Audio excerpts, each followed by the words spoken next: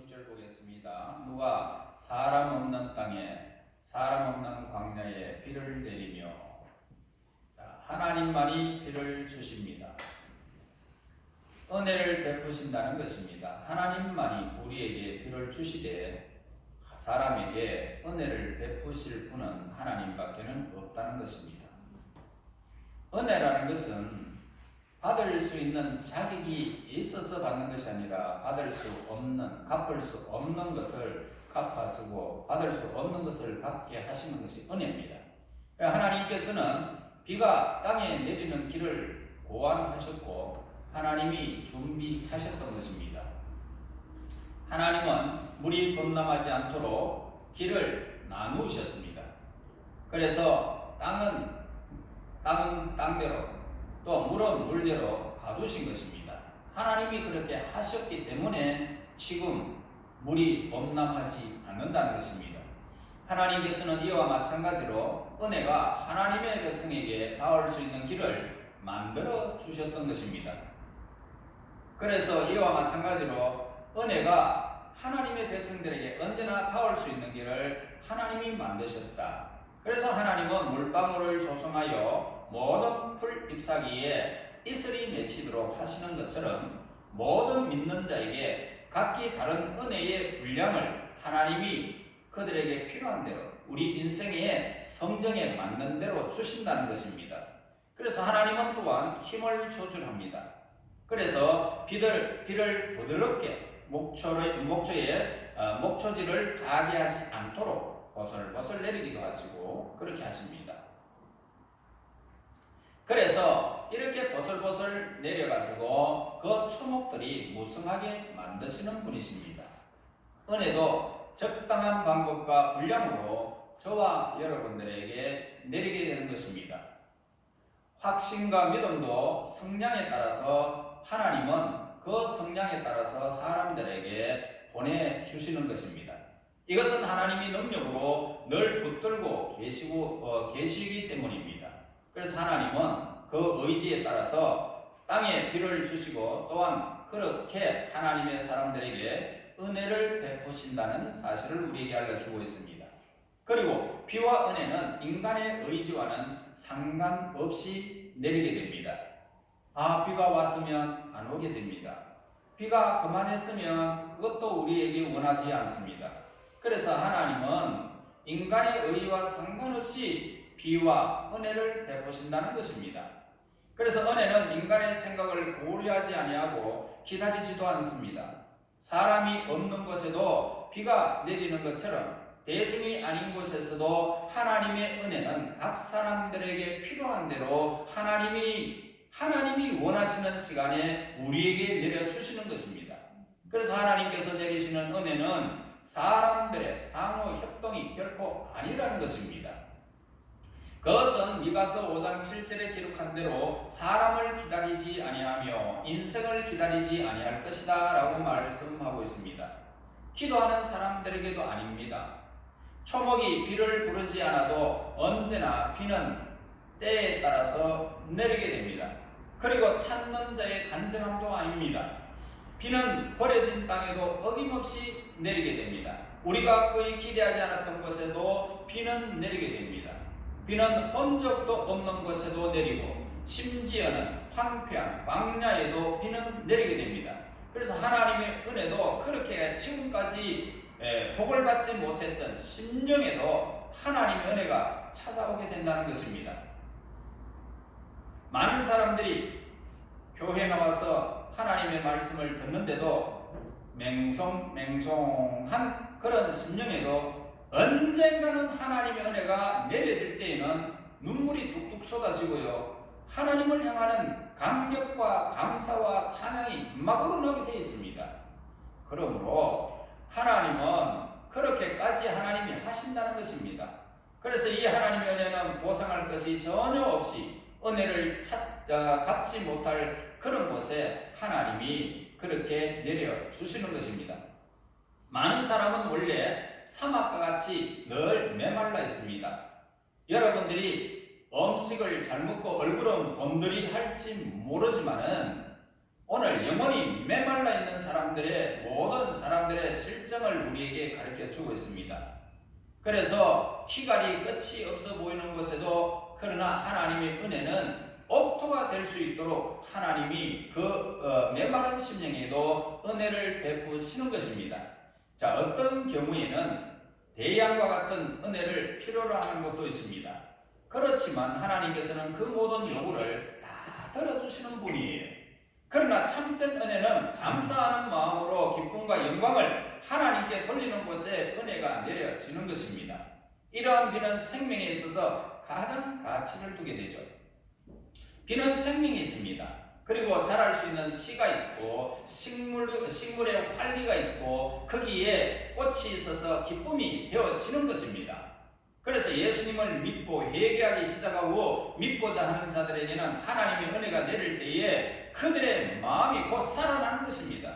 하나님께로 살아납니다. 천국의 영광이 가득하게 되어지는 것입니다. 입술에 수많은 이 세상에 좋아했던 그런 유행가가 사라지고 하나님을 향하는 찬양 소리가 울려 나오는 것입니다.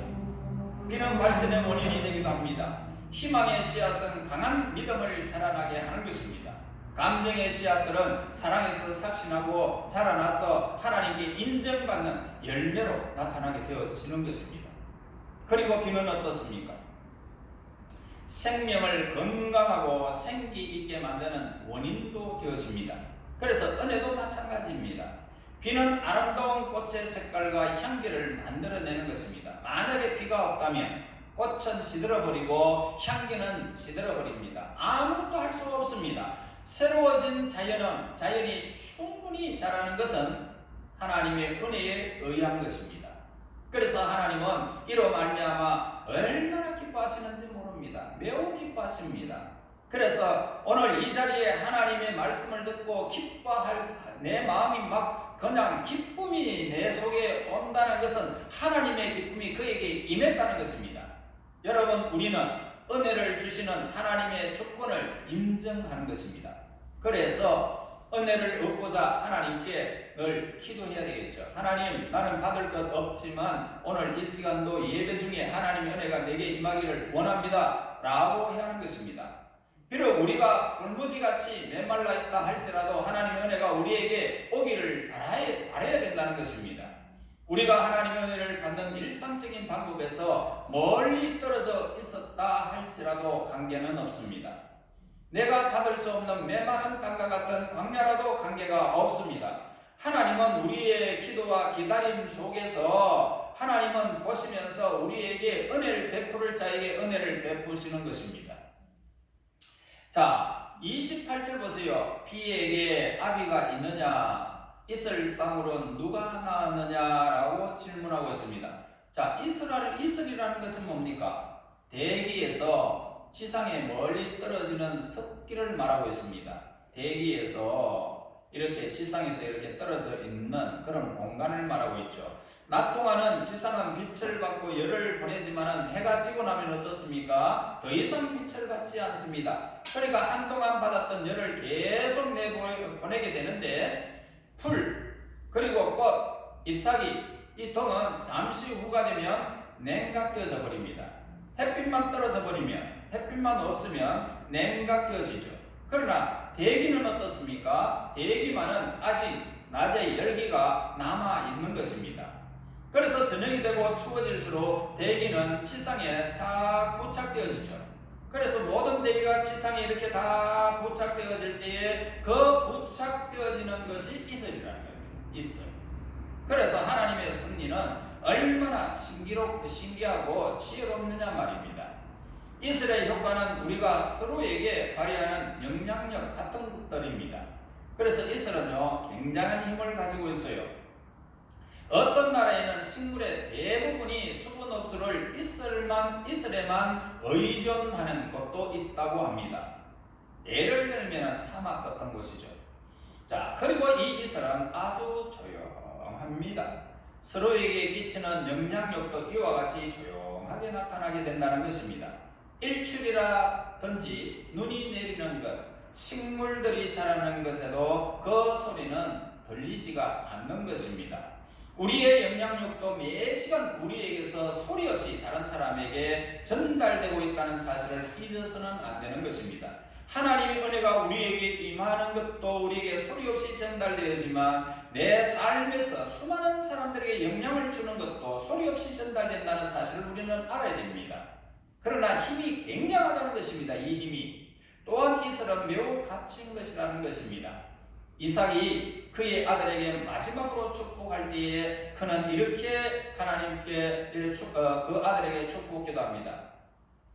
하나님은 하늘의 이슬과 땅의 기름짐이며 풍성한 곡식과 포도주로 네게 주시기를 원하노라 라고 축복기도하는 모습을 보게 됩니다.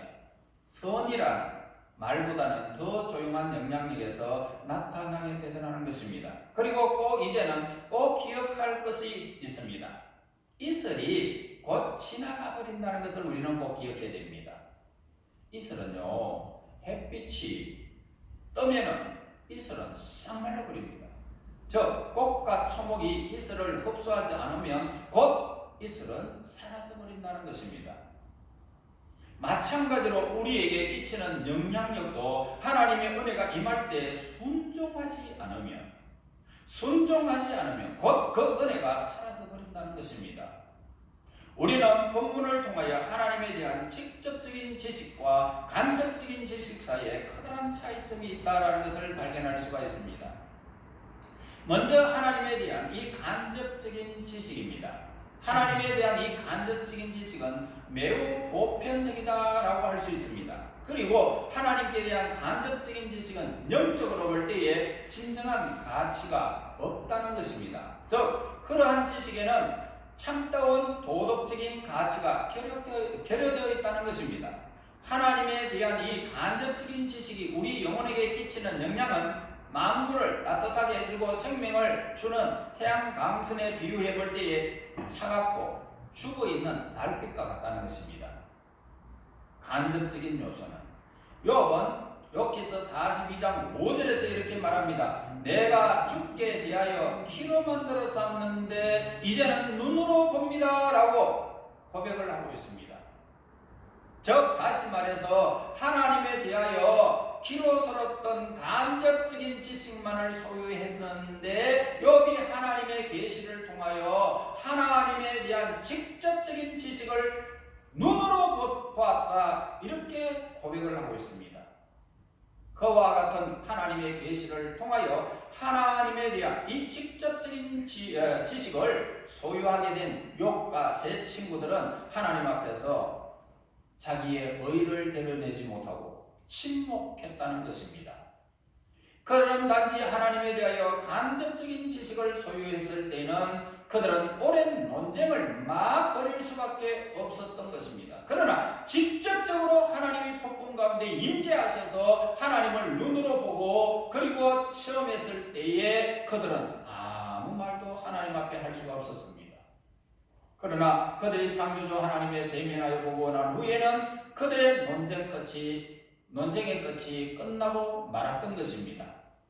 이와 마찬가지로 우리 인간들이 하나님에 대하여 체험을 통해서 직접적인 지식을 갖게 되어진다면 우리의 논쟁도 끝이 나게 된다는 것입니다. 여러분, 우리 인간들이 끊임없이 하나님과 하나님의 섭리에 대하여 논쟁을 벌이게 되는 것은 뭡니까? 바로 이와 같은 하나님에 대한 직접적인 지식이 결핍되어 있었기 때문이라는 것입니다. 하나님에 대한 직접적인 지식은 인간들을 표면을 완전히 꺾어버리는 것입니다. 우리는 하나님에 대한 직접적인 지식을 소유하고 있는지, 우리들이 가지고 있는 하나님에 대한 지식은 하나님의 자기 계시를 통한 직접적인 지식인지, 아니면 내가 그냥 귀로만 들었던 간접적인 지식인지 본문에서 우리에게 가르쳐 주기 때문에 여러분들이 하나님 앞에 직접적인 지식을 소유하여 하나님을 향하시기를 바랍니다. 아멘. 31절 보겠습니다. 네가 모욕성을 메어 묶을 수 있으며 삼성의 띠를 풀 수 있겠느냐라고 질문합니다. 자, 누가 빛을 묶어놓거나 억제할 수 있겠느냐라고 질문하고 있지요. 우리 앞에 놓여있는 주제는 뭡니까? 빛과 같이 나타나는 이 복음의 계시의 능력을 우리에게 말씀해 주는 것입니다. 인간들이 어두움을 사랑한다 하더라도 빛이 나타나는 것을 막을 수가 없고요. 비록 빛을 보지 못한 자라 할지라도 드러나지 않을 수가 없는 것입니다. 죄인들은 예수님이 세상 밖에 있기를 바랄지 모르겠지만 예수님의 영광을 감출 수는 없다는 것입니다. 모든 기독교의 빛이 어떠한 장애도 받지 아니하고 가르침과 생명을 통하여 나타나게 된다 이 말입니다. 여러분, 우리는 그 영향력이 어디까지 미치는지 말할 수는 없습니다. 그것은 아마도 우리의 삶에 끝나고 난 후에는 계속적으로 진행될 것입니다.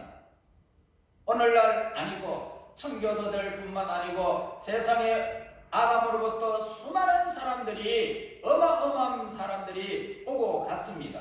그러나 하나님께로 향하는 그 빛은 거기에 사람들이 머물고 간 자리가 그들은 빛을 받았고 또 죽음을 통해서 사람들이 사라졌지만 그 빛은 지금도 영원히 지금까지 계속 진행될 것이고 앞으로도 우리의 미래 속에서 계속적으로 이 빛은 진행될 것입니다. 인간의 감각 속에 있는 이 묘성의 빛, 세상이 원하는 것은 더 많은 사랑의 빛입니다. 그것은 모든 관계를 부드럽게 하죠. 사랑의 빛은 모든 사람을 부드럽게 하고 대중이 모여있는 공동체에서 각 계층을 연결시켜주는 유일한 관계가 사랑이라는 것입니다. 그래서 이 사랑은 우주의 빛이라는 것입니다. 그래서 고린도 전서 13장이 말하잖아요. 믿음, 소망, 사랑은 항상 있을 것인데 그 중에 제일은 사랑이다. 다시 말해서 믿음도 소망은 사라지지만 사랑은 영원하다는 사실을 우리에게 일러주는 것입니다.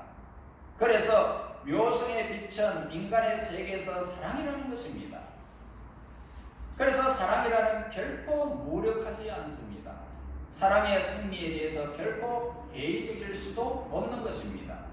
여러분, 우리의 구세주 예수님은 십자가를 치시는데 아무런 동료도 없으셨습니다. 법정에서 예수님에게 많은 질문과 협박을 가했지만은 예수님의 마음은 앞으로 언제나 전진만 있었던 것입니다.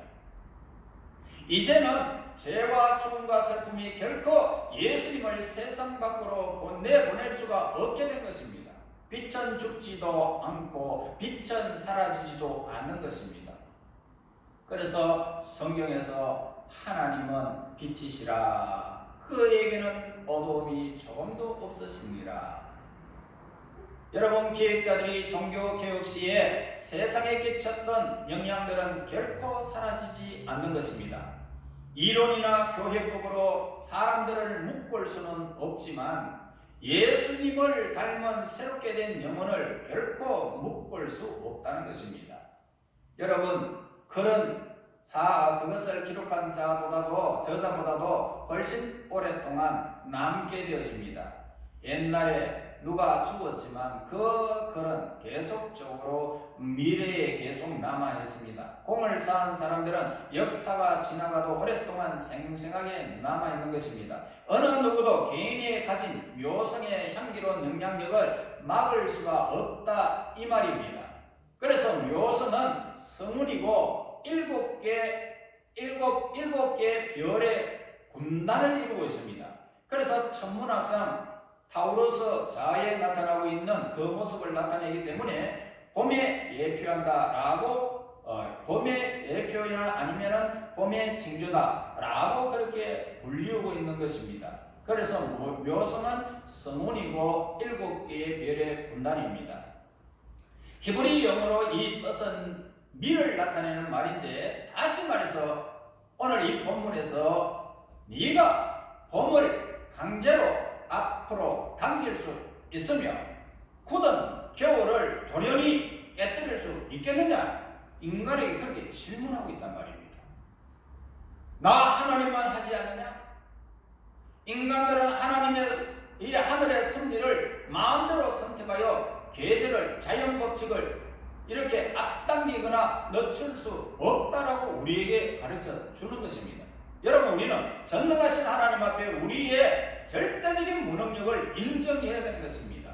그래서 하나님께 완전히 의존하게 되었다는 이 사실을 저와 여러분 고백해야 할 것입니다. 전능자 앞에는 무한히 겸손히 자신을 낮추어야 하는 것이 이것이 진리인 것입니다. 별들이 그 궤도에 있는 것처럼 인간사도 하나님의 통제 아래 있다는 것입니다. 사람들이 재산을 늘리려면 남에게 좋은 영향을 끼칠 수 있다라고 그렇게 생각하며 수단과 방법을 가리지 않고 재산을 늘리는 데 혈안되어 있습니다. 혹은 역경의 순간들을 늦출 수 있다라고 생각을 하고 있는 사람들도 있습니다. 우리의 모든 것은 하나님께로부터 오는 것이기 때문에 우리의 마음대로 변경하거나 늦출 수가 없다는 것입니다. 괴로움에 휩싸여서 술을 한잔 합니다.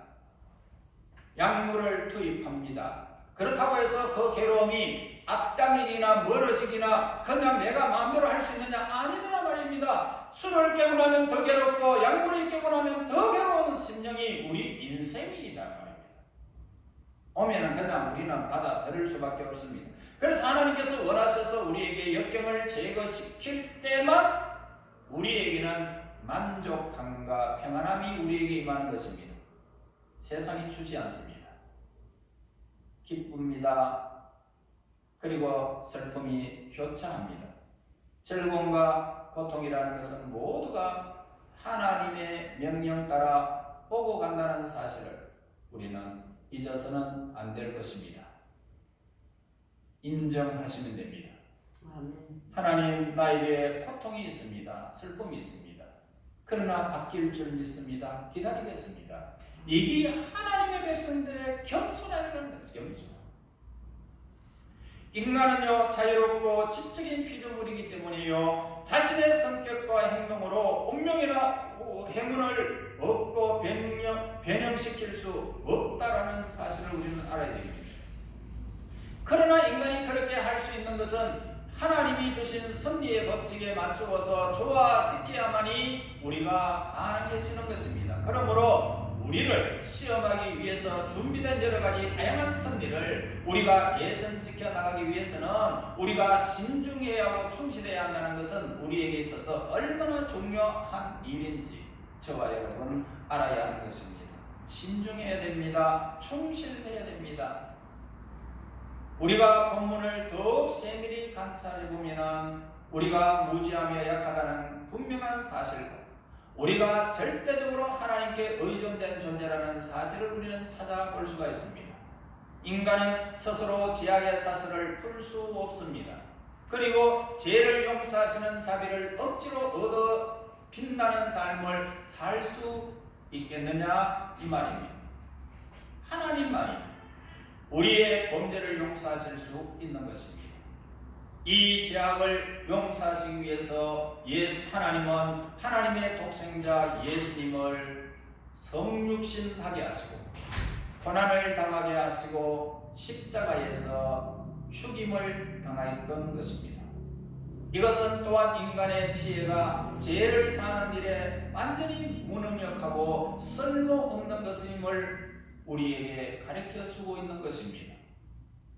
그리고 인간의 능력이 전혀 힘이 없다는 것을 알려주신 하나님의 지혜였던 것입니다.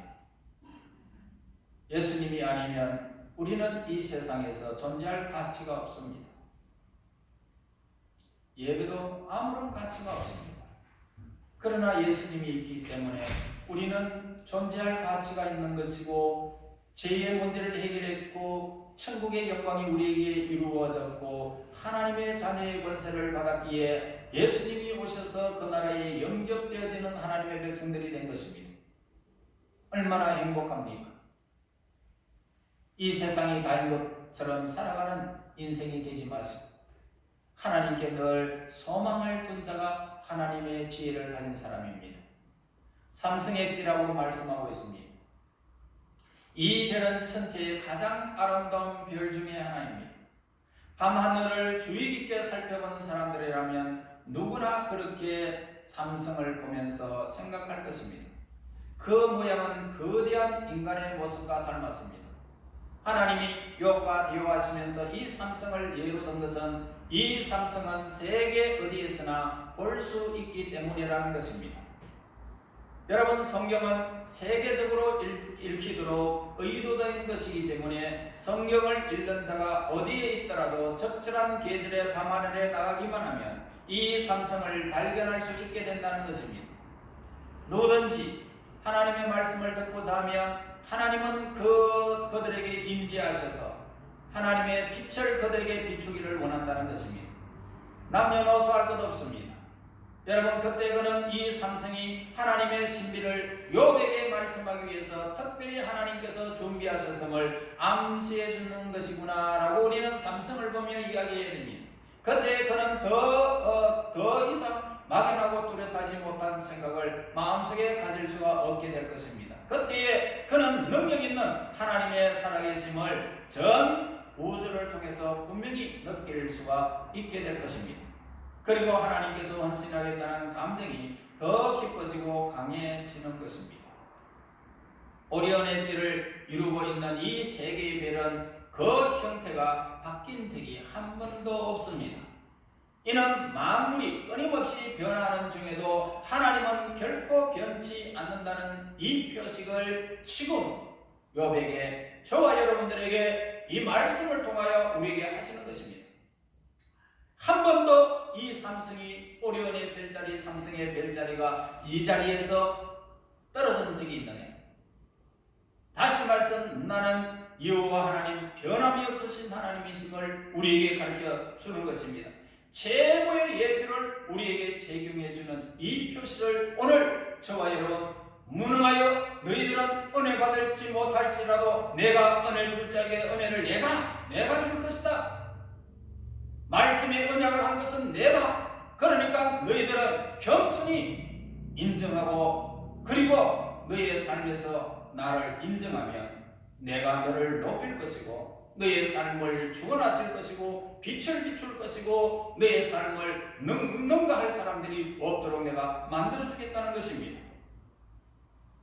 여러분의 만물이 끊임없이 변하는 중에도 하나님은 절대로 변하지 않으시는 것, 이러한 하나님을 위대하심을 높이고 한없이 무능한 우리에게 향하신 그 큰 사랑을 깨달았습니다. 늘 겸손히 하나님을 향하시기를 예수님 이름으로 축원합니다. 아멘. 하나님 은혜 감사하고 찬양을 드립니다.